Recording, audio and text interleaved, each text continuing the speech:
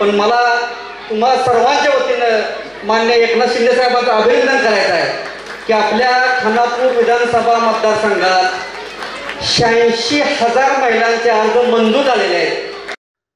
अमोल बाबर म्हणाले, लाडकी बहीण योजनेच्या बाबतीत विरोधकांनी अनेक अफवा पसरवल्या होत्या। मुख्यमंत्री एकनाथ शिंदे यांनी या योजनेच्या माध्यमातून स्त्री शक्तीला बळ देण्याचं काम केलं, असं प्रतिपादन खानापूर विधानसभा मतदारसंघातील मुख्यमंत्री माझी लाडकी बहीण योजनेचे अध्यक्ष अमोलदादा बाबर यांनी केलंय। लाडकी बहीण योजनेच्या बाबतीत विरोधकांनी अनेक अफवा पसरवल्या होत्या।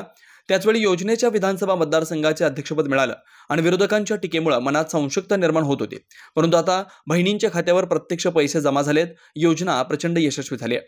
अमोल बाबर म्हणाले, ही योजना जाहीर झाल्यावर उगाच शंका निर्माण केल्या गेल्या, परंतु केवळ एकट्या आपल्या मतदारसंघात तब्बल 86,000 महिला या योजनेसाठी पात्र ठरल्यात।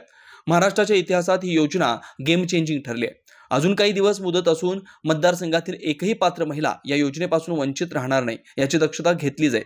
या योजनेमुळे स्त्री शक्तीला बळ मिळालंय। महिला सक्षमीकरणाच्या दृष्टीने आपल्या सरकारने हे उचललेलं स्वागतार्ह पाऊल आहे। भविष्यात स्त्रियांच्या उत्कर्षासाठी मुख्यमंत्री एकनाथ शिंदे यांच्या काही संकल्पना आहेत, त्या सत्यात उतरवण्यासाठी पाठबळ द्या, असं आवाहनही अमोलदादा बाबर यांनी केलंय। धीरज भैया सारखं पकडत होते की लाडकी बहीण योजनेचे अध्यक्ष लाडकी बहीण योजना असते, पण धीरज भैया तुम्हाला सांगतो, ज्यावेळेला मी अध्यक्ष झालो त्यावेळी माझ्या अंगावर काटा आलता की मुख्यमंत्र्यांनी लाडकी बहीण योजना जाहीर तर केली, पण याचे नियम काय, अटी काय, कुणाला घेणार?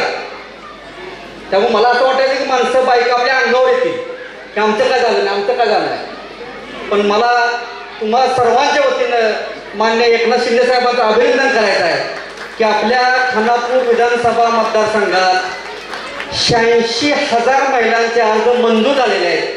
त्यामुळे आपल्या मतदारसंघाच्या 86,000 महिलांना लाडकी बहीण योजनेचे जे पेन्शन आहे किंवा योजना चालू झालेली आहे।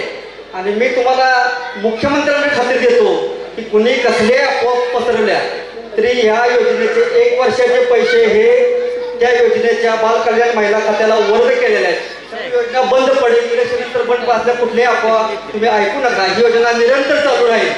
फक्त एकच गोष्ट आहे की ही योजना निरंतर चालू राहील, पण तुम्ही एवढं सहकार्य केलं पाहिजे की येणाऱ्या निवडणुकीत हेच सरकार आलं पाहिजे तर मुख्यमंत्री 3,000 करणार आहेत। त्यामुळे तुमच्या हातात आहे 3,000 घ्यायचे की 1,500 घ्यायचे, एवढी तुम्हाला मी विनंती करतो की मुख्यमंत्र्यांना जे तुम्ही आशीर्वाद दिले ते असे देत राहावे आणि त्या सरकारला पाठीशी राहावं, एवढी विनंती करून मी तुमचा फार वेळ घेत नाही, मला पण जायचं आहे एका ठिकाणी। त्यामुळे तुम्हाला जास्त वेळ न घेता तुम्ही सर्व या कार्यक्रमाला त्यामुळे तुमचे आभार व्यक्त करतो आणि थांबतो। जय हिंद, जय महाराष्ट्र। आवाज माणदेशाचा, माणदेशातील प्रत्येकाचा, माणदेश प्राईम। सबस्क्राईब करा आणि अपडेट रहा। नवीन व्हिडिओच्या नोटिफिकेशनसाठी बेल आयकॉनचं बटन दाबा। धन्यवाद।